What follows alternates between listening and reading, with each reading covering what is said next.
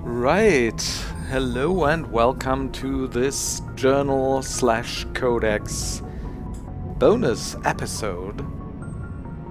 We're going to be doing those semi-frequently, anytime there's a good point to pause and get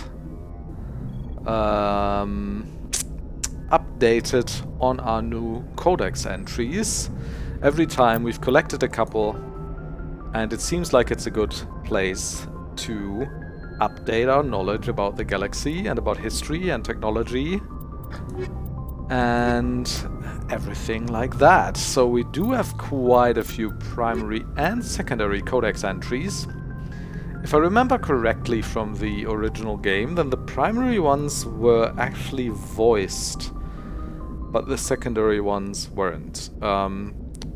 So I'm gonna read those to you, but first let's go through the primary entries. The Asari were the first species to discover the Citadel. When the Solarians arrived, it was the Asari who proposed the establishment of the Citadel Council to maintain peace throughout the galaxy. Since then, the Asari have served as the mediators and centrists of the Council. An all-female race, the Asari reproduce through a form of parthenogenesis. They can attune their nervous system to that of another individual of any gender and of any species to reproduce. This capability has led to the unseemly and inaccurate rumors about Asari promiscuity. Asari can live for over 1,000 years, passing through 3 stages of life. In the maiden stage, they wander restlessly, seeking new knowledge and experience. When the matron stage begins, they meld with interesting partners to produce their offspring. This ends when they reach the matriarch stage, where they assume the roles of leaders and counselors. The second species to join the Citadel, the Solarians, are warm-blooded amphibians with a hyperactive metabolism. Solarians think fast, talk fast, and move fast. To Solarians, other species seem sluggish and dull-witted. Unfortunately, their metabolic speed leaves them with a relatively short lifespan. Solarians over the age of 40 are a rarity. The Solarians were responsible for advancing the development of the primitive Krogan species to use as soldiers during the Rachni Wars. They were also behind the creation of the genophage bioweapon the Turians used to quell the Krogan rebellions several centuries later. Solarians are known for their observational capability and non-linear thinking. This manifests as an aptitude for research and espionage. They are constantly experimenting and inventing, and it is generally accepted that they always know more than they are letting on. Roughly 1,200 years ago, the Turians were invited to join the Citadel Council to fulfill the role of galactic peacekeepers. The Turians have the largest fleet in Citadel space, and they make up the single 50,000 years ago. The Asari were the first species to discover. Roughly 1,200 years ago, the Turians were invited to join the Citadel Council to fulfill the role of galactic peacekeepers. The Turians have the largest fleet in Citadel space, and they make up the single largest portion of the Council's military forces. As their territory and influence has spread, the Turians have come to rely on the Solarians for military intelligence and the Asari for diplomacy. Despite a somewhat colonial attitude towards the rest of the galaxy, the ruling hierarchy understands they would lose more than they would gain if the other 2 races were ever removed. Turians come from an autocratic society that values discipline and possesses a strong sense of personal and collective honor. There is lingering animosity between Turians and humans over the First Contact War of 2157, which is known as the Relay 314 incident to the Turians. Officially, however, the 2 species are allies, and they enjoy civil, if cool, diplomatic relations. 50,000 years ago, the Protheans were the only spacefaring species in the galaxy. They vanished in a swift galactic extinction. Only the legacy of their empire remains. They are believed to have built the mass relays and the Citadel, which have allowed numerous species to explore and expand throughout the galaxy. Prothean ruins are found on worlds across the galaxy. While surprisingly intact for their age, functioning examples of Prothean paleotechnology are rare. Time and generations of looters have picked their dead cities and derelict stations clean. Some believe the Protheans meddled in the evolution of younger races. The Hanar homeworld of Kajay, for example, shows clear evidence of former Prothean occupation. The presence of a former Prothean observation post on Mars has caused a rebirth of interventionary evolutionists among humans. These individuals believe the god myths of ancient civilizations are misremembered encounters with aliens. Though now extinct, the Rachni once threatened every species in Citadel space. Over 2,000 years ago, explorers foolishly opened a mass relay to a previously unknown system and encountered something never seen before or since, a species of spacefaring insects guided by a hive mind intelligence. Unfortunately, the Rachni were not peaceful, and the galaxy was plunged into a series of conflicts known as the Rachni Wars. Attempts to negotiate were futile, as it was impossible to make contact with the hive queens that guided the race from beneath the surface of their toxic home world.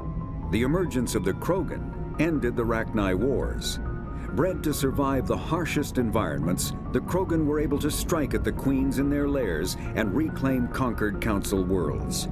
But when Krogan fleets pressed them back to their homeworld, the Rachni refused to surrender, and the Krogan eradicated them from the galaxy.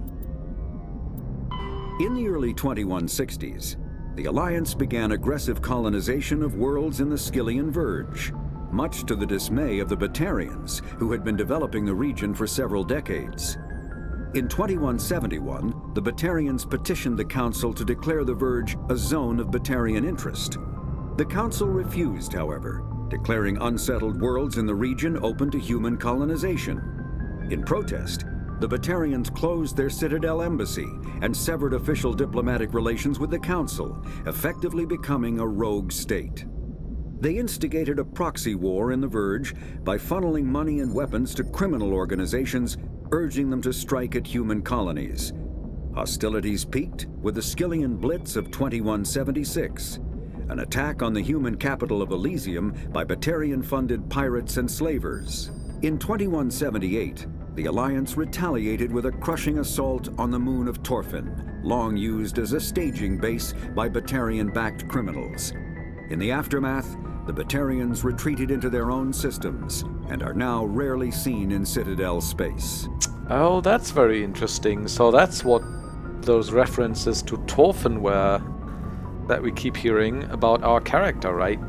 And we made our name by being especially ruthless and efficient on Torfin. So that's our strike back at the Batarians. The Geth are a humanoid race of networked AIs. They were created by the Quarians 300 years ago as tools of labor and war. When the Geth showed signs of self-evolution, the Quarians attempted to exterminate them. The Geth won the resulting war. This example has led to legal, systematic repression of artificial intelligences in galactic society. The Geth possess a unique distributed intelligence. An individual has rudimentary animal instincts, but as their numbers and proximity increase, the apparent intelligence of each individual improves. In groups, they can reason, analyze situations, and use tactics, as well as any organic race. Geth space is located at the trailing end of the Perseus Arm, beyond the lawless Terminus systems. The Perseus Veil, an obscuring dark nebula of opaque gas and dust, lies between their space and the Terminus systems. The Hanar are a Citadel species known for excessive politeness. They speak with scrupulous precision and take offense at improper language. Hanar that expect to deal with other species take special courses to help them unlearn their tendency to take offense at improper speech. All Hanar have two names. The face name is known to the world.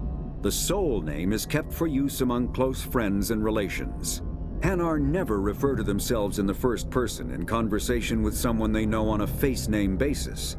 To do so is considered egotistical, so instead they refer to themselves as this one, or the impersonal it.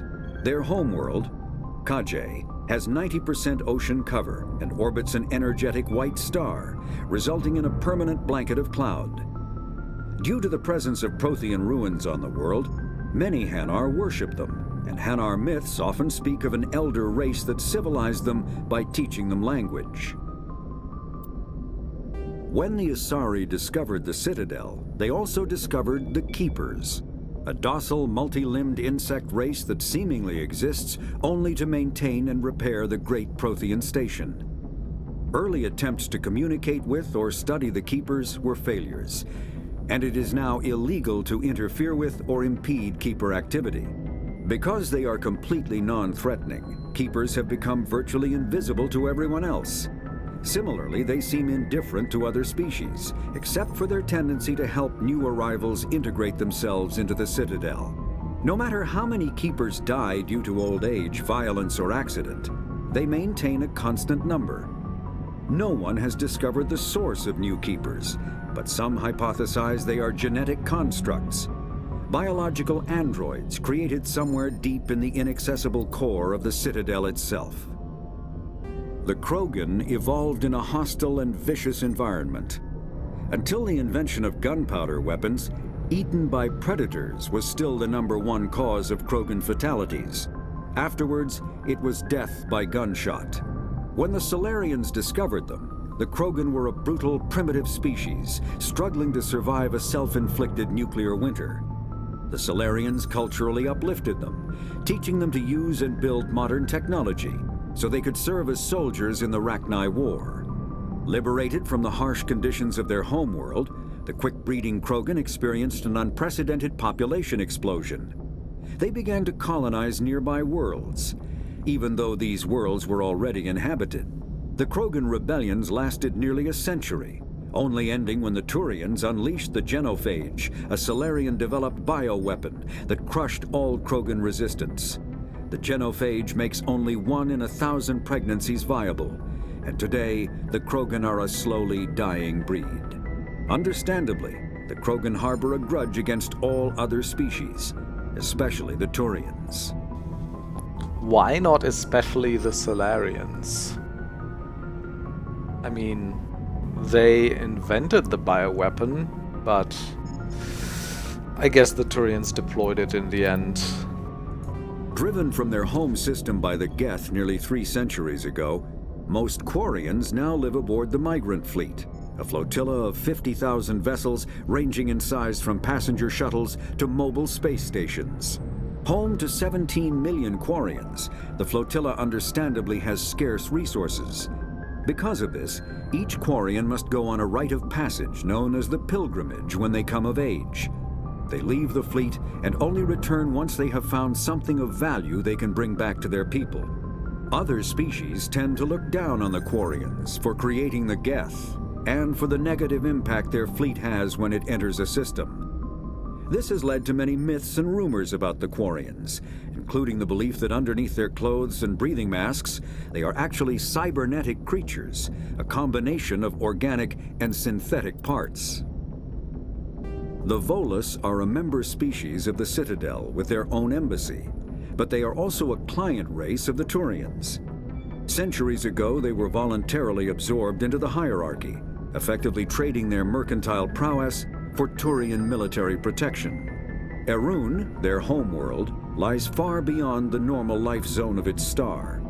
However, the world has a high-pressure greenhouse atmosphere that traps enough heat to support an ammonia-based biochemistry. As a result, the Volus must wear pressure suits and breathers when dealing with other species, as conventional nitrogen-oxygen air mixtures are poisonous to them, and in the low-pressure atmospheres tolerable to most species, their flesh will actually split open. Volus culture is tribal, bartering lands and even people to gain status. This culture of exchange inclines them to economic pursuits. It was the Volus who authored the Unified Banking Act, and they continue to monitor and balance the Citadel economy. Disappointed remark. No entry for the L-Core. After the Geth secure a location, they round up and impale dead and living bodies on mechanical spikes. The spikes rapidly transform these victims into withered husks, extracting water and trace minerals and replacing them with cybernetics. The cybernetics reanimate the lifeless flesh and tissue, transforming the bodies into mindless killing machines. Some Alliance soldiers refer to the husk-generating spikes as dragon's teeth, a reference to the mythological berserkers who sprang up from the earth wherever the teeth of the dragon Eris were planted. Dragon's teeth and husks bear little resemblance to other pieces of Geth technology. No one is sure why a synthetic race would bother to drain the minuscule amount of recoverable resources from organic corpses, though the value of reusing them as shock troops is obvious. The Citadel is an ancient deep space station, presumably constructed by the Protheans. Since the Prothean extinction, numerous species have come to call the Citadel home. It serves as the political, cultural, and financial capital of the galactic community. To represent their interests, most species maintain embassies on the Presidium, the Citadel's inner ring. The Citadel Tower in the center of the Presidium holds the Citadel Council chambers. Council affairs often have far-reaching effects on the rest of the galactic community. 5 arms, known as the wards, extend from the Presidium. Their inner surfaces have been built into cities, populated by millions of inhabitants from across the galaxy. The Citadel is virtually indestructible. If attacked, the station can close its arms to form a solid, impregnable shell. For as long as the station has existed, an enigmatic race called the Keepers has maintained it. The Council is an executive committee composed of representatives from the Asari Republics, the Turian Hierarchy, and the Solarian Union. Though they have no official power over the independent governments of other species, the Council's decisions carry great weight throughout the galaxy. No single Council race is strong enough to defy the other two, and all have a vested interest in compromise and cooperation. Each of the Council species has general characteristics associated with the various aspects of governing the galaxy. The Asari are typically seen as diplomats and mediators. The Solarians gather intelligence and information. The Turians provide the bulk of the military and peacekeeping forces. Any species granted an embassy on the Citadel is considered an associate member, bound by the accords of the Citadel Conventions. Associate members may bring issues to the attention of the Council, though they have no input on the decision. The Human Systems Alliance became an associate member of the Citadel in 2165. Spectres are agents from the Office of Special Tactics and Reconnaissance, and answer only to the Citadel Council. They are elite military operatives, granted the authority to deal with threats to peace and stability in whatever way they deem necessary. They operate independently or in groups of 2 or 3. Some are empathetic peacekeepers, resolving disputes through diplomacy. Others are cold-blooded assassins, ruthlessly dispatching problem individuals. All get the job done one way or another, often operating outside the bounds of galactic law. The Spectres were founded after the Solarians joined the Council. For many years they operated in secrecy as backroom problem solvers. Only after the Krogan rebellions did their activities become publicized.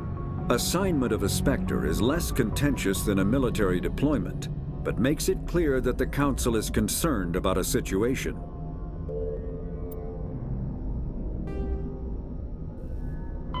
Humanity's first contact with an alien race occurred in 2157.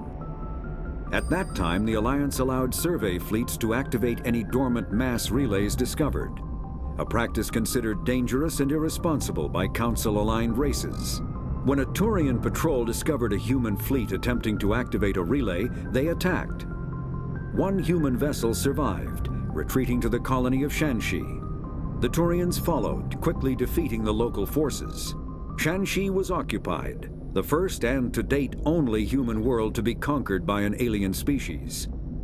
The Turians believed the handful of ships they defeated represented the bulk of human defenses, so they were unprepared when the Second Fleet, under Admiral Castanet Drescher, launched a strong counteroffensive, evicting them from Shanxi. The Turians mobilized for full-scale war, drawing the attention of the rest of the galaxy. The Council quickly intervened, forcing a truce. Fortunately for humanity, the First Contact War was ended with a diplomatic solution. The Systems Alliance is an independent supranational government representing the interests of humanity as a whole. The Alliance is responsible for the governance and defense of all extrasolar colonies and stations. The Alliance grew out of the various national space programs as a matter of practicality. Sol's planets had been explored and exploited through piecemeal national efforts. The expense of colonizing entire new solar systems could not be met by any one country. With humans knowing that alien contact was inevitable, there was enough political will to jointly fund an international effort. Still, the Alliance was often disregarded by those on Earth until the First Contact War. While the national governments dithered and bickered over who should lead the effort to liberate Shanxi, the Alliance fleet struck decisively. Post-war public approval gave the Alliance the credibility to establish its own parliament and become the galactic face of humanity. Pharos is a habitable world in the Attican Beta Cluster.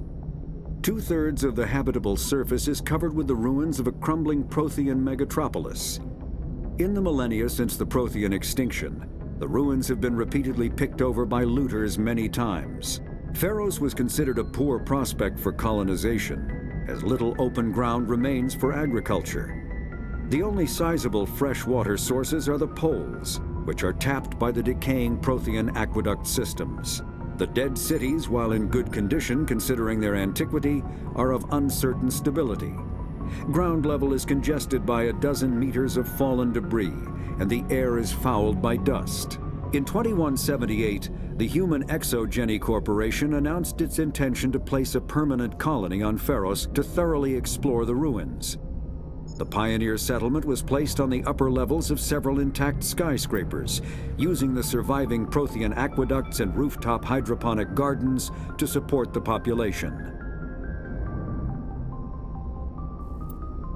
Noveria is a cool, rocky world with most of its hydrosphere locked up in massive glaciers. A privately chartered colony world, the planet is owned by the Noveria Development Corporation Holding Company. The NDC is funded by investment capital from 24 high-technology development firms and administrated by an executive board representing their interests. The investors built remote hot labs in isolated locations across Noveria's surface. These facilities are used for research too dangerous or controversial to be performed elsewhere, as Noveria is technically not part of Citadel space and therefore exempt from Council law.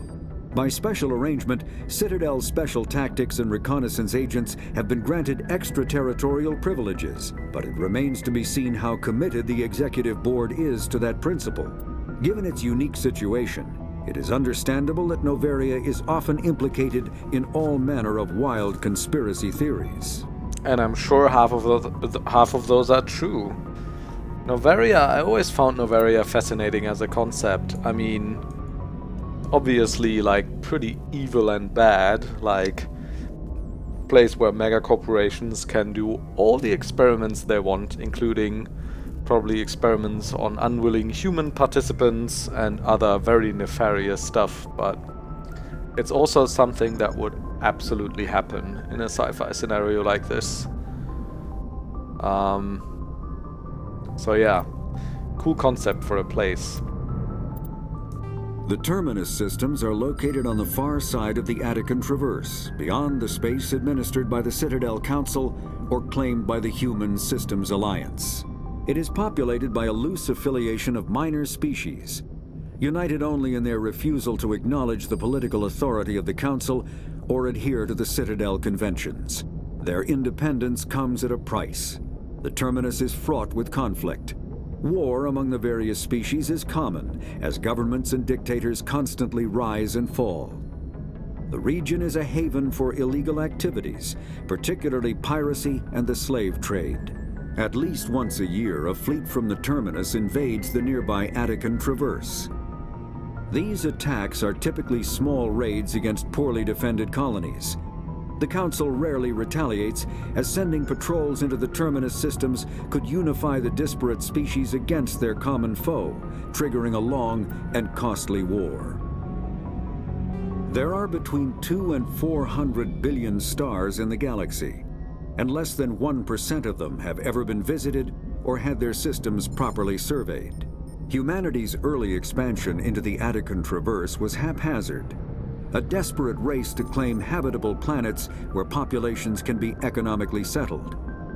Ignored in the wake of this land grab were thousands of less hospitable worlds, each potentially rich with industrial resources. The wealth of entire solar systems lies untapped, waiting for corporate survey teams or independent pioneers to discover and exploit them. However, this is not an easy task. In addition to the environmental hazards, the fact that uncharted worlds are largely ignored makes them popular bases for criminals, revolutionaries, cults, and others who wish to remain unnoticed by galactic society.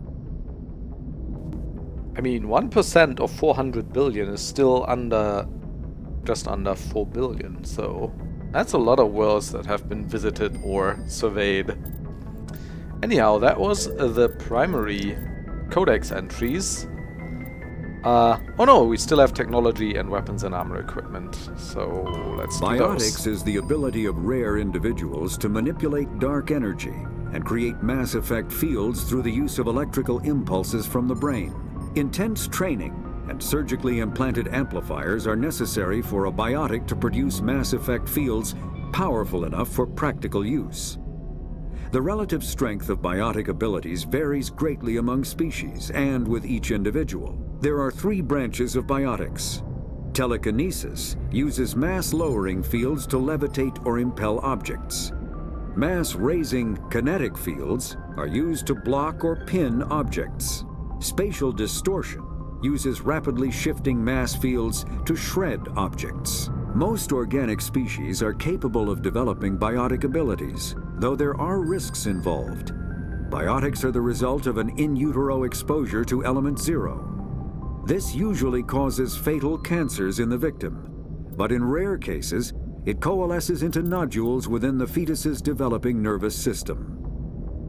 An artificial intelligence is a self-aware computing system capable of learning and independent decision-making.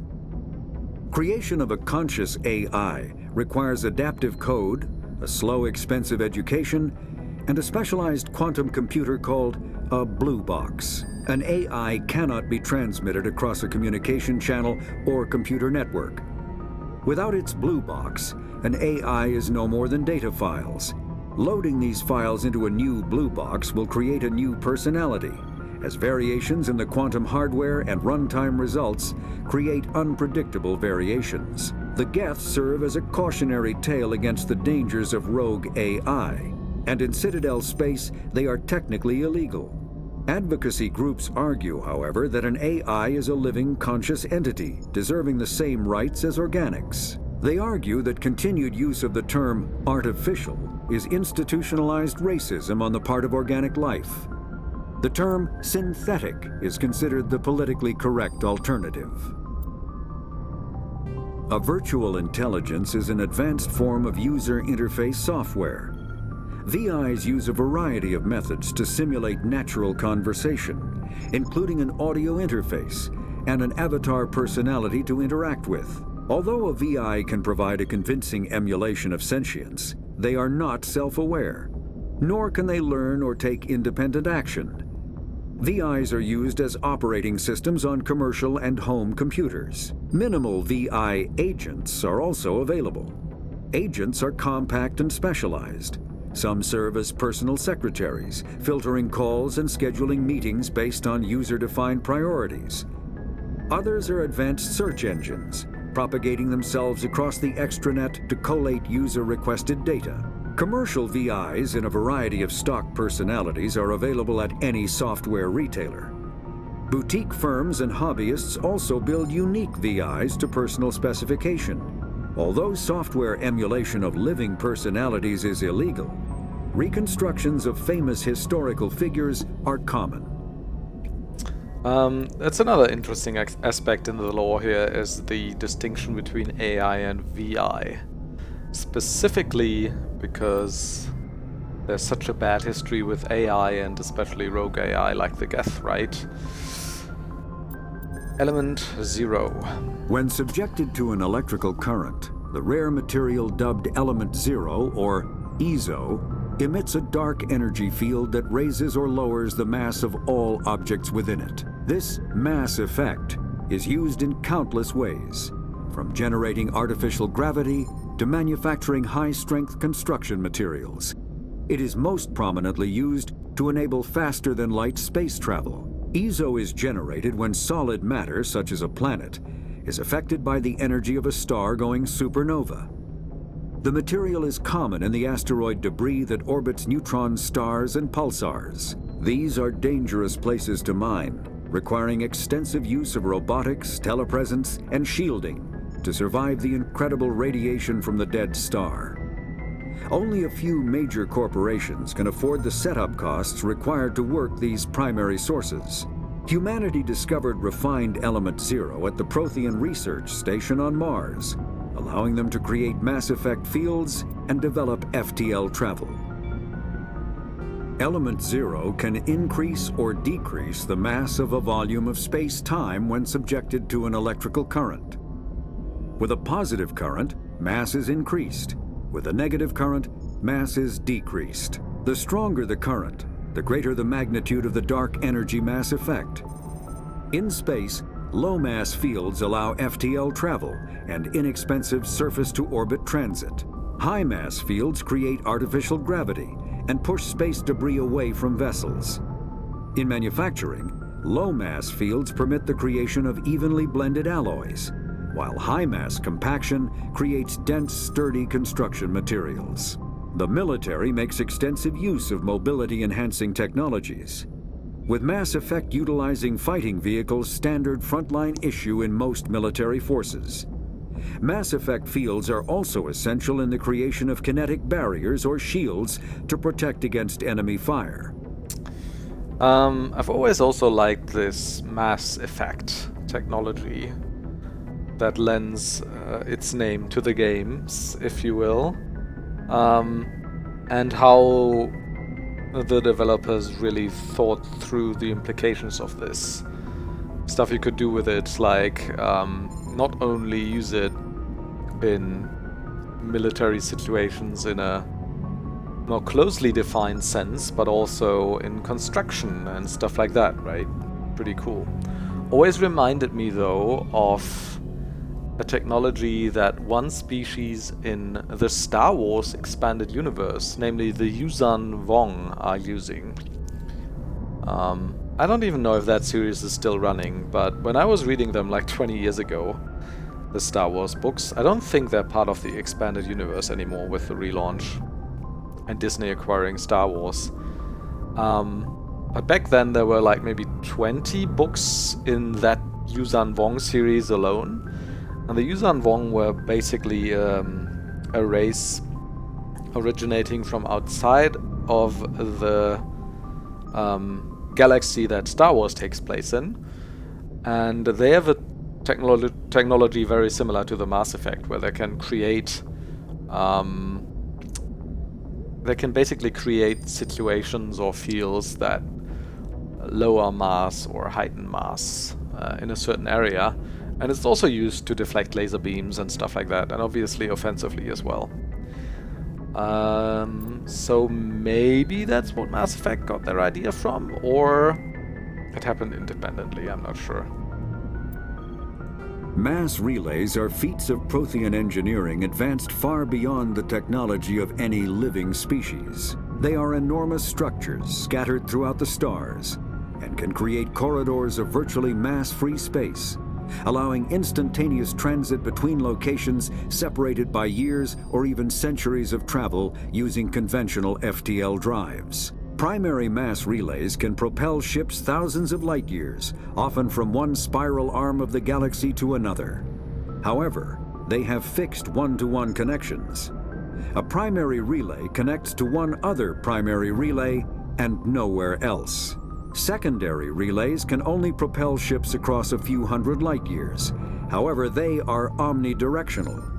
A secondary relay can send a ship to any other relay within its limited range. There are many dormant primary relays whose corresponding twins have not yet been located. These are left inactive until their partner is charted, as established civilizations are unwilling to blindly open a passage that might connect them to a hostile species. That's interesting, although I don't quite get the logic behind that. Because you see, like, either you need access, independent access to both relays to activate them, which I'm not sure how that would be possible, because then you would have to bridge that gap with conventional FTL travel, or with like lots of jumps from secondary relays, which might also prove difficult. Or the other possibility is that you only need one of the two relays to open up a connection between them, which is what it sounds like here.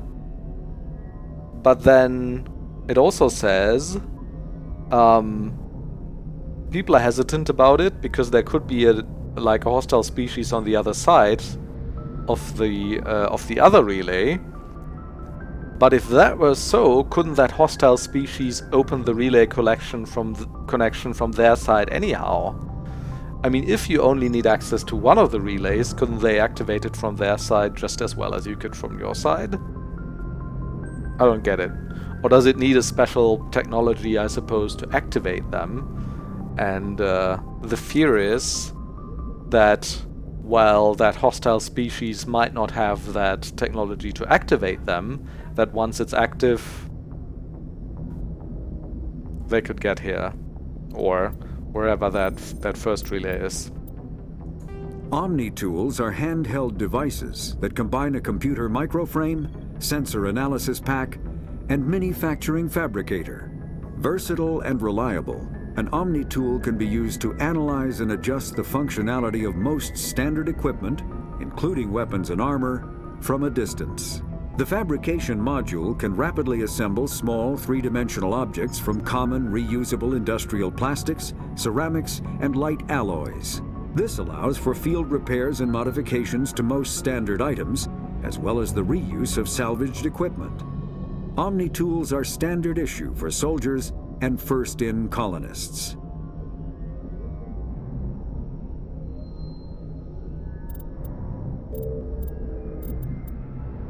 Combat hard suits use a dual-layer system to protect the wearer. The inner layer consists of fabric armor with kinetic padding. Areas that don't need to be flexible, such as the chest or shins, are reinforced with sheets of lightweight, ablative ceramic. The outer layer consists of automatically generated kinetic barriers.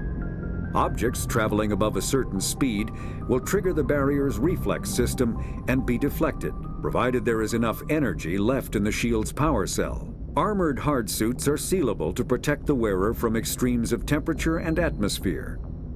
Standard equipment includes an onboard mini-frame and a communications, navigation, and sensing suite. The mini-frame is designed to accept and display data from a weapon's smart targeting system to make it easier to locate and eliminate enemies. Kinetic barriers, more commonly called shields, provide protection against most mass accelerator weapons. Whether on a starship or a soldier's suit of armor, the basic principle remains the same. Kinetic barriers are repulsive mass effect fields, projected from tiny emitters. These shields safely deflect small objects traveling at rapid velocities. This affords protection from bullets and other dangerous projectiles, but still allows the user to sit down without knocking away their chair. The shielding afforded by kinetic barriers does not protect against extremes of temperature, toxins, or radiation. Medigel is a common medicinal salve used by paramedics, EMTs, and military personnel. It combines several useful applications: a local anesthetic, disinfectant, and clotting agent all in one. Once applied, the gel is designed to grip tight to flesh until subjected to a frequency of ultrasound. It is sealable against liquids, most notably blood, as well as contaminants and gases. The gel is a genetically engineered bioplasm created by the CERTA Foundation, a medical technology megacorp based on Earth. Technically, Medigel violates Council laws against genetic engineering, but to date, it has proved far too useful to ban. All modern infantry weapons, from pistols to assault rifles, use micro-scaled mass accelerator technology. Projectiles consist of tiny metal slugs suspended within a mass-reducing field, accelerated by magnetic force to speeds that inflict kinetic damage. The ammo magazine is a simple block of metal. The gun's internal computer calculates the mass needed to reach the target based on distance, gravity, and atmospheric pressure, then shears off an appropriate-sized slug from the block. A single block can supply thousands of rounds, making ammo a non-issue during any engagement. Top-line weapons also feature smart targeting that allows them to correct for weather and environment. Firing on a target in a howling gale feels the same as it does on a calm day at the practice range. Smart targeting does not mean a bullet will automatically find the mark every time the trigger is pulled. It only makes it easier for the marksman to aim. Yeah, that last part is like a convenient excuse for the game not to simulate like weather conditions or wind or gravity when shooting at long distances, right? I mean, all of this is also like a convenient excuse to not have ammo scarcity in the game, because this is more about, like, you know, role-playing mechanics than ammo management, because it's not a shooter. And I actually like that, and the in-game explanation, well, maybe slightly clunky, makes sense. It's also based on the Mass Effect technology as so many other things in this game, and this makes weapons work differently from conventional weapons that we know today. I mean, I've always thought that this Mass Effect technology might have opened the door for more interesting weapons technologies and for more radically different ways of designing combat than Mass Effect actually does, but, you know, you take what you can get. All the more disappointed was I when Mass Effect 2 and 3 reversed this and went back straight to shooter mechanics with magazines and ammo management. And obviously they had to just justify this while still staying true to their explanation here. And the explanation for this is so like ham-fisted and stupid. I always resented that change, both on a gameplay level and on a lore level. Well, that was interesting. As I said earlier in my playthrough, the Codex is one of the most fascinating things about Mass Effect, I think, because the alien races are so varied and interesting and unconventional and different from what we usually see in sci-fi. And the politics and the technology is also very well thought out. I like it. So let's go through the secondary entries here, starting with the personal history summary. You were born on Earth, but you never knew your parents. A child of the streets, you learned to live by your wits and guts, surviving in the hidden underbelly of the megatropolises of humanity's home world. Eager to find a better life, you joined the Alliance military when you came of age. You were assigned to the campaign to rid the Skillian Verge of Batarian slavers and other criminal elements. The final battle came when the Alliance forces laid siege to Torfin. We learned about that earlier. A slaver base built miles below the surface of a desolate moon. The superiority of the human fleet was wasted in the assault on the underground bunker, but you led a corps of elite ground troops into the heart of the enemy base. Nearly 3/4 of your own squad perished in the vicious close-quarters fighting, a cost you were willing to pay to make sure not a single slaver made it out of Torfin alive. Non-council races. We had an entry for non-council races back in primary. But this is more like additional info, I suppose, about these races. Krogan rebellions. After the Ragni War, the quick-breeding Krogan expanded at the expense of their neighbors. Warlords leveraged their veteran soldiers to seize living space while the council races were still grateful. Over centuries, the Krogan conquered world after world. There was also always just one more needed. When the council finally demanded withdrawal from the Asari colony of Lucia, Krogan overlord Kredak stormed off the Citadel, daring the council to take their worlds back. But the council had taken precautions. The finest STG operators and Asari huntresses had been drafted into a covert observation force, the Office of Special Tactics and Reconnaissance. The Spectres opened the war with crippling strategic strikes. Krogan planets went dark as computer viruses flooded the extranet. Sabotaged antimatter refineries disappeared in blue-white annihilation. Headquarters stations shattered into orbit-clogging debris rammed by pre-placed suicide freighters. Still, this only delayed the inevitable. The war would have been lost if not for the first contact with the Turians, who responded to Krogan threats with a prompt declaration of war. That's interesting that the first contact with the Turians was during the Krogan rebellions, which apparently went on for a long time. Being on the far side of Krogan space from the Council, the Turians advanced rapidly into the lightly defended Krogan rear areas. Heh.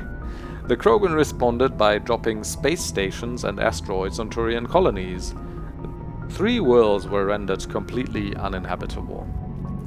This was precisely the wrong approach to take with the Turians. Each is first and foremost a public servant, willing to risk his life to protect his comrades. Rather than increasing public war wariness, Krogan tactics stiffened Turian resolve. The arrival of Turian task forces saved many worlds from the warlords' marauding fleets, but it took development of the genophage bioweapon to end the war. There were decades of unrest afterwards. Rogue warlords and holdout groups of insurgents refused to surrender or disappeared into the frontier systems to become pirates. Quarian pilgrimage. When Quarians of the migrant fleet reach young adulthood, they must leave their birth ship and find a new crew to attempt them as permanent residents. To prove themselves, they must recover something of value. This is offered to their prospective captain as proof that they will not be a mere burden on the shoestring resources of the ship. The process is called the pilgrimage. Stripped of ritual, the pilgrimage is merely an attempt to maintain genetic diversity within the small, relatively isolated population bases that make up the migrant fleet. If the young stayed and married within their birth vessel, the risk of inbreeding would increase sharply. Quarians are surgically fitted with their various immunity-boosting implants in preparation for leaving on pilgrimage. Having grown up within the sterile, controlled environments of the migrant fleet ships, Quarians have virtually no natural immune system. Citadel and Galactic Government. These diplomatic talks occurred in the wake of the Krogan rebellions as a response to the destruction of the conflict. And an attempt to distance the Council from the brutal Krogan warfare. The conventions regulate the use of weapons of mass destruction. A weapon of mass destruction causes environmental alteration to a world. A bomb that produces a large crater is not considered a WMD. A bomb that causes a nuclear winter is. Use of WMD is forbidden on garden worlds like Earth, where ecospheres can readily support a population. If a habitable world is destroyed, it will not be replaced for millions of years. The conventions do not forbid the use of WMD on hostile worlds or in sealed space station environments. Many militaries continue to develop and maintain stockpiles. The conventions graded weapons of war, or weapons of mass destruction, into tiers of concern. Tier 1 is the greatest threat to galactic peace. Tier 1, large kinetic impactors such as asteroid drops or deorbiting space stations, effectively free and available in any system in the form of debris left over from planetary accretion. Kinetic impactors are the weapon of choice for terrorists and third galaxy nations. Tier 2, uncontrolled self-replicating weapons such as nanotechnology, viral or bacteriological organisms, von Neumann devices, and destructive computer viruses.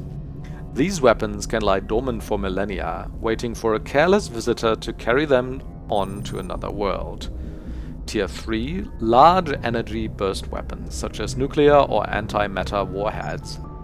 Tier 4, alien species deliberately introduced to crowd out native forms necessary for the health of an ecosystem. Ecological tampering can take years to bear fruit, making it difficult to prove. Citadel Station, Citadel Security Forces, CSEC. Citadel Security is a volunteer police service answering to the Citadel Council. The 200,000 constables of CSEC are responsible for maintaining public order in the densely populated Citadel. They also provide pirate suppression, customs enforcement, and search and rescue throughout the Citadel cluster. CSEC has 6 divisions. Enforcement, uniformed officers who patrol the Citadel and respond to emergencies. Investigation, detectives who puzzle out the truth behind crimes and bring perpetrators to justice. Customs screens the thousands of passengers and cargo containers that pass through the Citadel's ports every day. Network deals with cybercrimes like identity and copyright theft, hacking and viral attacks, and illegal artificial intelligence. Special Response deals with hostage situations, bombs, and heavily armed criminals. In the unlikely event that attackers board the Citadel, there are also the front line of defense, armed with military-grade equipment. Patrol, naval arm, with ships stationed throughout the Citadel cluster. Unlike the other divisions, they are rarely seen at the Citadel, nor do they stay in one place long.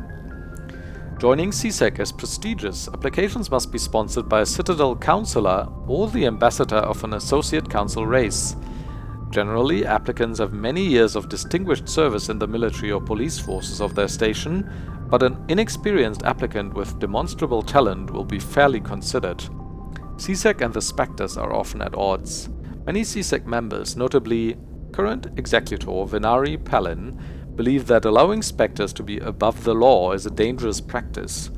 The actions of Saren Arterius lend credence to this position.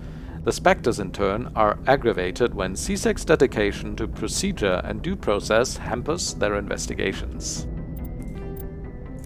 Presidium Ring. The ring is an enclosed loop of park-like space serving as the connection point for the wards. The interior walls are lined with the embassies of influential species and private residences for the galaxy's elite. The Presidium is full of open-air restaurants, bars, and luxurious meeting areas. Gravity is about 1/3 Earth normal. A holographic sky is projected over the ceiling of the ring. Unlike the 24/7 bustle of the wards, the Presidium maintains a 20-hour day schedule, with a 6-hour night where lights are dimmed and the sky goes through a night cycle. Offices and residences are often open to the interior. It is not unusual for embassies to have no exterior wall at all. This does not cause any crime problem due to the heavy CSEC presence and ubiquitous monitoring devices on the Presidium. Thieves are quickly identified and apprehended. The ring is the location of the Citadel's spaceports. Being closer to the center of the spin, there is less motion for a ship to match, and the reduced spin gravity makes handling cargo easier. Hundreds of ships pass through the Citadel every day, and every species with an embassy is granted a private dock. The tower at the center of the ring holds the administration of the Citadel Council. The tower rises over a kilometer from the ring, appearing to thrust forward parallel to the ward arms. As the tower is at the center of the spin axis, it experiences little centrifugal force. Gravity is maintained using mass effect fields at a 90-degree angle to the ring and wards. A consular dock can be found at the base of the tower. While normally used for diplomatic couriers and Spectre business, the shuttles docked here can evacuate the Council government in an emergency. Serpent Nebula. The Citadel is surrounded by a blue-tinted reflection nebula. The light of the nebula is actually light from the Citadel scattered and reflected back at the station. At first, the Serpent Nebula was assumed to be made of microscopic construction debris. Prevailing theory holds that the Protheans used molecular nanotechnology to manufacture the incredibly durable materials used in the Citadel. But unlike other nebulae, the Serpent does not dissipate over time, therefore it must be replenished constantly. The current popular theory is that the non-recyclable waste collected by the Citadel's keepers is somehow rendered down to the atomic or molecular level and ejected into the cloud. The thick nebula represents a navigation hazard. Beyond the relatively clear areas around the Citadel, electrical discharges are common. They're not blocked by kinetic barriers and can severely damage metal-framed starships. In addition, some dense knots of dust can overwhelm the repulsion of kinetic barriers on smaller ships. If such a vessel is moving fast enough at the time, the effects are similar to being hit by a sandblaster. Attempting to reach the Citadel through open space navigation is unadvisable. The only safe approach is through the various mass relays that orbit it. Statistics.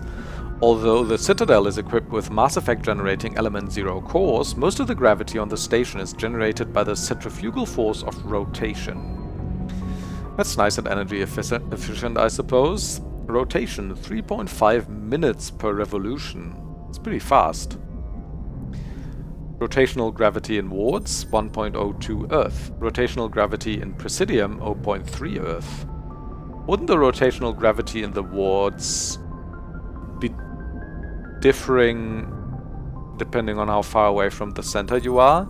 Or I suppose in the wards you're always the same distance from the center, really.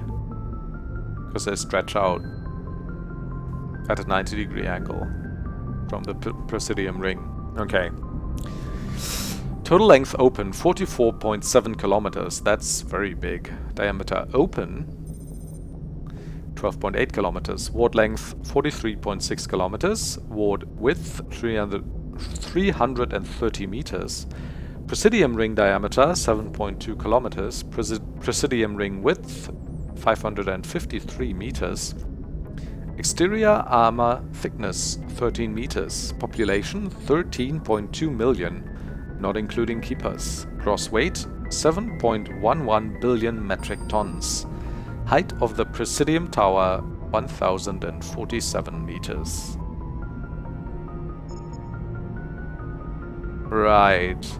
So if the Presidium ring diameter is 7.2 kilometers, as we see on the picture, then the tower shouldn't be almost halfway into it, right? If it's only 1000 meters. But I wonder if the other math checks out, if they actually calculated how heavy a construct of this size would be and arrived at like this many billion metric tons. The majority of the Citadel's population lives in the wards, the 5 massive arms of the station that house the residential and commercial districts. Many galactic races have established cultural enclaves here. Population density and cost of living are extremely high, akin to Earth cities such as Hong Kong and Singapore. The wards are open-topped, with skyscrapers rising from the superstructure. Towers are sealed against vacuum, as the breathable atmosphere envelope is only maintained to a height of about 7 meters. The atmosphere is contained by the centrifugal force of rotation and a membrane of dense colorless sulfur hexafluoride gas, held in place by carefully managed Mass Effect fields. The view from the wards is spectacular. In the background, stars, Serpent Nebula, and the nearby blue giant called the Widow move across the sky as the station rotates to stabilize itself. In the foreground, the lights of buildings and vehicles on the opposing ward arms perpetually shine. The Citadel has no real day or night. While the station keeps the standard galactic time for political functions, businesses rarely close, and residents acclimate, sleep, and work according to personal need, rather than a day-night cycle. Additions and modifications are constantly being constructed, though they must stay within certain specifications that will not compromise the operation of the station. Occasionally, the keepers will descend on an area of the wards and move or change the architecture without explanation. Residents have learned to live with these inexplicable intrusions. That seems like it's cumbersome. Also, have I really been staring at my break screen the whole time? Well, that's a shame. Not much to see here except the text anyhow. Treaty of Ferrixen. Due to the destructive potential of dreadnoughts, the Council races agreed to the Ferrixen Naval Conference to fix a ratio of dreadnought construction between themselves. At the top of the pyramid is the peacekeeping Turian fleet. Below the Turians are the other Council races, currently the Asari and Solarians. Council associate races are at the bottom. The Human Systems Alliance is part of this last group. The ratio of Turian to Council to associate dreadnoughts is 5 to 3 to 1. For every dreadnought humans are permitted to build, the Asari have 3 and the Turians 5.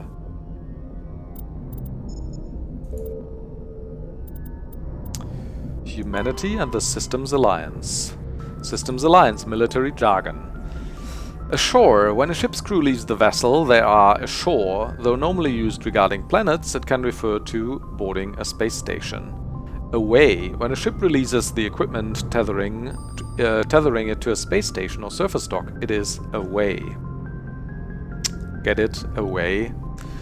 Aye aye. The proper way to acknowledge an order. If told to attack, the correct response is aye aye, sir. If asked, are you proud to be a Marine, the correct response is yes, sir. Because it's not an order. ASAP, pronounced ASAP. Okay.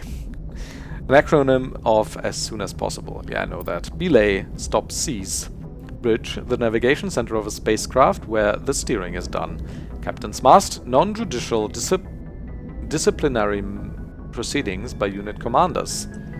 CIC, Combat Information Center, the command center of a spacecraft. The CIC is filled with sensor displays to make sense of the chaos in combat. DC Damage Control, the containment and repair of damage to a spacecraft. ECM, Electronic Countermeasures used to avoid enemy sensors from passive emissions to masking to active jamming. EVA, Extravehicular Activity, time spent in pressure suit, outside of a vehicle, spacecraft or station. Flank. The flank is the side of a military formation. Since the soldiers are facing elsewhere, an enemy that can attack on the flank can often turn it or roll it up. FNG, Freaking New Guys. Freaking New Guys, okay. Derisive term for inexperienced personnel, FNG. Groundside, the surface of a planet. Helmsman, the crew member who pilots a spacecraft. LADAR, Light Amplified Detection and Ranging, an active sensor that bounces lasers off an object to determine its bearing and distance. LADAR has sufficient resolution that the data can be reconstructed into an image. Shore Party, spacecraft crew sent ashore on official business. Silent Running, an old submariners term used aboard the Normandy to denote when stealth systems are active. SITREP, abbreviation of Situation Report, an evaluation of the current military situation. Spacer, someone who has spent most of their life in space. XO, Executive Officer, the second in command of an Alliance warship. The XO is responsible for administrative and personal matters. N7. The Alliance military vocational code system classifies the career path of all serving personnel. The MVC consists of one letter and one number. A soldier's MVC indicates proficiency, not rank. The letter notes career path. The number indicates level of experience, as indicated by service record. Technical scores and commendations. All 26 letters are used and numbers run from 1 to 7. N is the letter code for Special Forces personnel. So N7 is Special Forces of the highest rank. Timeline.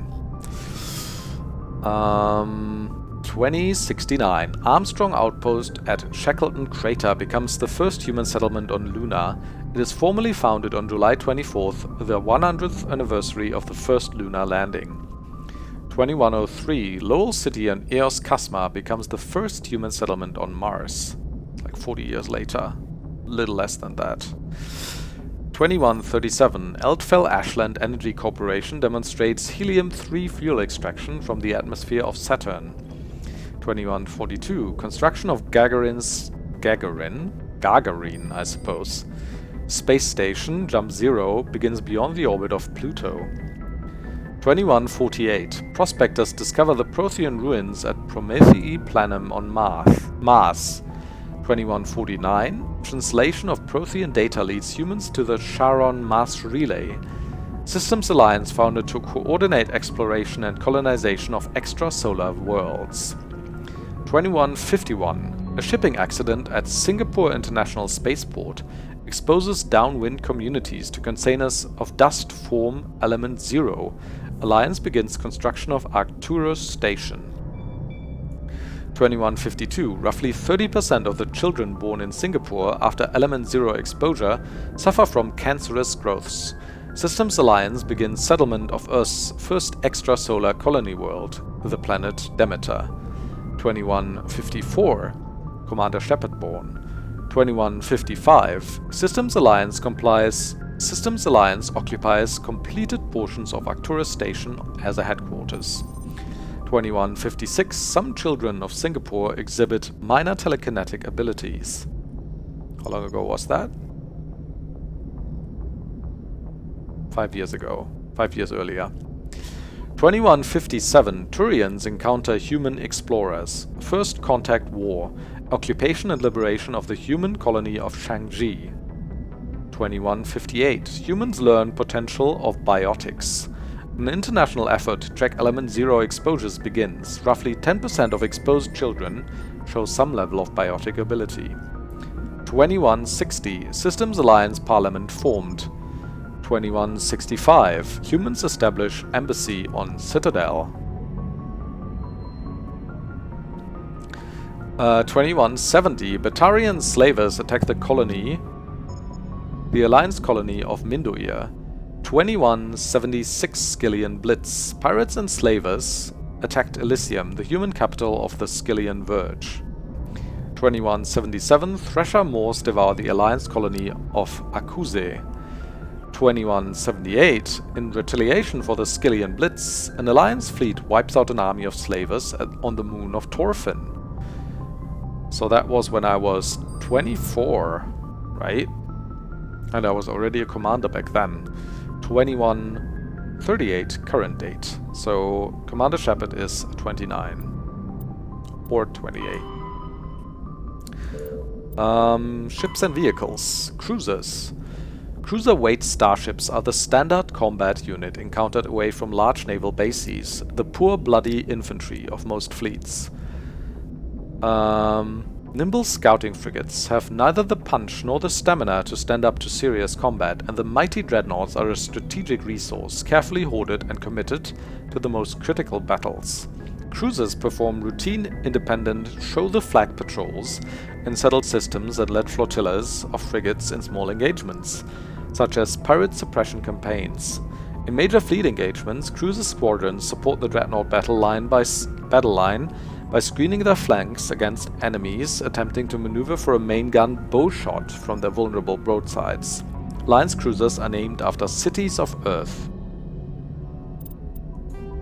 The dreadnought is the ultimate arbiter of space warfare. Millions of tons of metal, ceramic and polymer dedicated to the projection of firepower against an enemy vessel of like ability. No sane commander would face a dreadnought with anything less than another dreadnought. Dreadnought's power lies in the length of its main gun. Dreadnoughts range from 800 meters to 1 kilometer long, with a main gun of commensurate lengths. An 800 meter mass accelerator is capable of accelerating one 2 kilogram slug to a velocity of 283 kilometers per second every 2 seconds. Each slug has the kinetic energy of 38 kilotons of TNT, 3 times the energy released by the fission weapon that destroyed Hiroshima. Every 2 seconds, huh? 3 Hiroshima bombs. When used to bombard planets, some of this kinetic energy is lost due to atmospheric re-entry friction. As a rule of thumb, each Earth atmosphere of air pressure saps approximately 20% of a projectile's impact energy. The Turian fleet presently has 37 dreadnoughts, the Asari 21 and the Solarians 16. So together they have as much as the Turians. Humanity has 6 with an additional hull under construction at Arcturus Station. Alliance battleships are named for mountains on Earth. Everest class, Everest, Fuji, Elbrus. Kilimanjaro class, Kilimanjaro, Taishan, Shasta, Aconcagua under construction. I don't even know these mountains. I know Fuji and Elbrus, and also Kilimanjaro, but not Taishan, Shasta, and especially not Aconcagua. Fighters are single-pilot combat small craft. They are lightweight enough that they can be economically fitted with powerful Element 0 cores, making them capable of greater acceleration and sharper maneuvers than starships. Kinetic barrier shields changed starships' battles from short vicious bloodbaths to extended, indecisive slugging matches. Only the main gun of a dreadnought could punch a mass accelerator slug through the barriers of an opposing dreadnought. This changed with the development of the fighter-launched Mass Disruptor torpedo, a short-ranged weapon that can penetrate kinetic barriers to destroy their projector assemblies. Starship Guardian defenses must be overwhelmed through swarm tactics. Fighter groups can take heavy casualties, pressing their torpedo attacks home. Once fighter-launched torpedoes have crippled an enemy's barriers, the mass accelerators on frigates and cruisers can make short work of them. Interceptors are a type of fighter optimized to attack other fighters, with no ability to damage starships. Interceptors are used to screen friendly units from incoming fighter attack. Frigates? Frigates are light escort and scouting vessels. They often have extensive Guardian systems to provide anti-fighter screening for capital ships, and carry a squad of marines for security and groundside duty. Unlike larger vessels, frigates are able to land on planets. Frigate drive systems allow them to achieve high FTL cruise speeds. They also have proportionally larger thrusters and lighter design mass, allowing them to maneuver more handily. In combat, speed and maneuverability make a frigate immune to the long-range fire of larger vessels. In the time it takes projectiles to reach them, frigates are no longer where they were predicted to be. In fleet combat, frigates are organized into wolfpack flotillas of 4 to 6. Wolfpacks speed through enemy formations, hunting enemy vessels whose kinetic barriers have been taken down by fighter-launched disruptor torpedoes. The wolfpack circle strafes vulnerable targets, using their superior speed and maneuverability to evade return fire. Alliance frigates are named for great battles in human history. Normandy is a frigate, right? Starship sensors. Light lag prevents sensing in real time at great distances. A ship firing its thrusters at the Charon relay can be easily detected from Earth, 5.75 light hours, 6 billion kilometers away, but Earth will only see the event 5 hours and 45 minutes after it occurs. Due to the light speed limit, defenders can't see enemies coming until they have already arrived. Because there's FTL travel and communications but no FTL sensors, frigates are crucial for scouting and picket duties.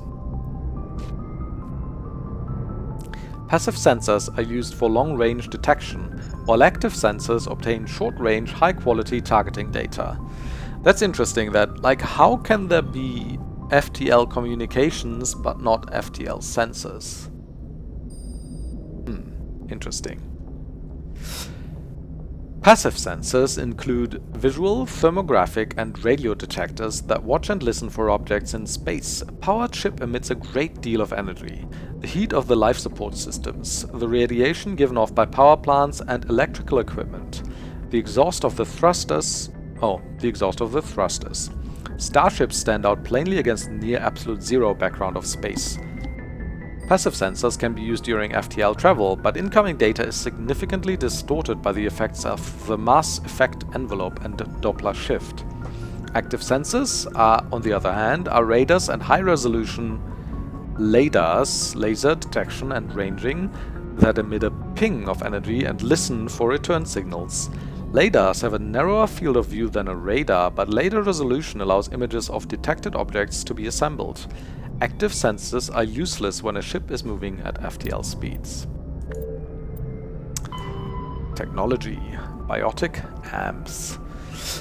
Biotics manipulate mass effect fields using dozens of element zero nodules within their nervous systems that react to electric stimuli from the brain. Amplifiers allow biotics to synchronize the nodules so that they can form fields large and strong enough for practical use. Amplifiers can improve a specific discipline or talent. An implant is a surgically embedded interface port into which AMs are plugged in. On humans, the implant is usually placed at the base of the skull or for convenient access, though the user must be careful to keep it free of contaminants. Implant ports can fit a variety of amps, and there's a growing market for modifications and add-ons. The finest quality implants and amps are manufactured by Asari artisans, but the Alliance's L3 implants, first deployed in 2170, are a significant step forward. That was 13 years ago, huh? Communications administration. While buoys allow rapid transmission, there is a finite amount of bandwidth available. Given that trillions of people may be trying to pass a message through a given buoy at any one time, access to the network is parceled out on priority tiers. The Citadel Council and the Spectres have absolute priority. If they're using all the bandwidth, everyone else must wait. Individual governments and their militaries enjoy the next highest tier. During wartime, civilian communication can suffer hours or even days of lag. Intelligence agencies study ping time through various systems to predict military buildups.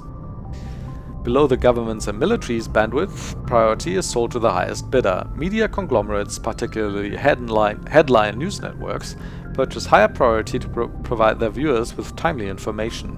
Corporations that require timely information and response capability, for example, financial institutions and investment firms, also invest heavily in priority access. The funds required through sales of bandwidth are used to maintain and expand the communications infrastructure. While everyone with a computer has guaranteed free and unlimited access to the galactic extranet, they're last in line for bandwidth and may have to wait for their request to be processed. Bandwidth resale corporations use investment capital to purchase blocks of high-priority access made available by paid subscription. Credits. So the money is called credits. The standard credit was established by the Citadel's Unified Banking Act as a currency of interstellar trade. The credit has maintained or managed floating exchange rate, calculated in real time by the central bank to maintain the average value of all participating currencies. Some regional currencies are worth more than a credit and some less. Hard currency can be stolen or counterfeited, so electronic fund transfers are the norm.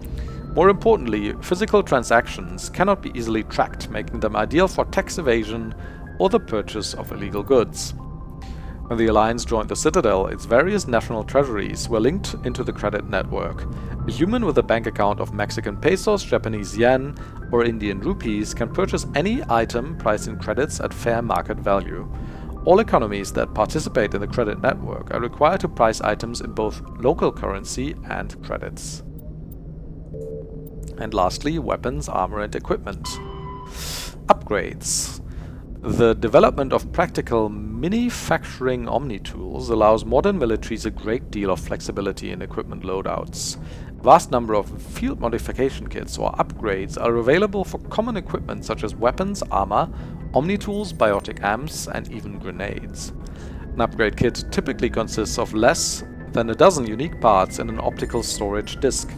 When loaded into an Omni-tool, the OSD provides all technical specifications required to manufacture the tools and additional parts necessary to install the upgrade onto another piece of equipment. Assembly is typically modular, and installation can be completed in less than a minute. Since Omni-tools are designed to use common battlefield salvage materials such as plastics, ceramics, and light materials rendered into semi-molten Omnigel for quick use, it is quite possible for a trained soldier carrying upgrade kits to customize gear on the battlefield to fit the current tactical situation. And that's that. thanks for watching this special episode where we delved into the I can't talk now. Where we delved into the Codex of the Mass Effect 1 game. See you in the next episode. Bye bye. Take care, everyone.